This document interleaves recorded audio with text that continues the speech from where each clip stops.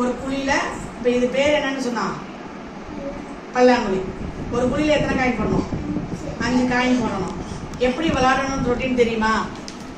ஒரு இலந்து எடுத்து பரிசு அப்படி ரொட்டீனாக ஸ்டார்ட் பண்ணிட்டு வரணும்.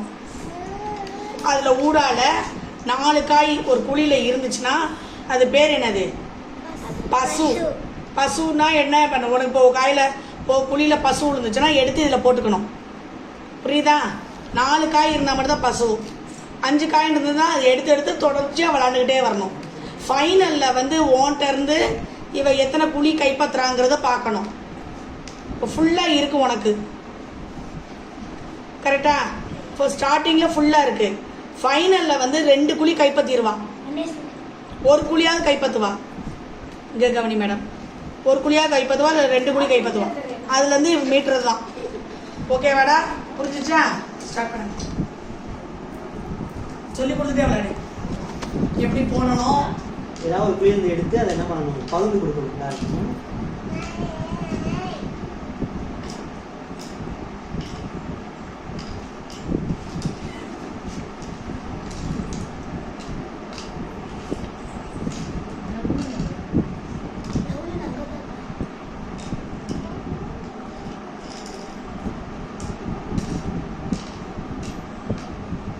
இந்த மாதிரி ஒரு கேப் வந்துச்சுன்னா அதை எடுத்தாச்சா?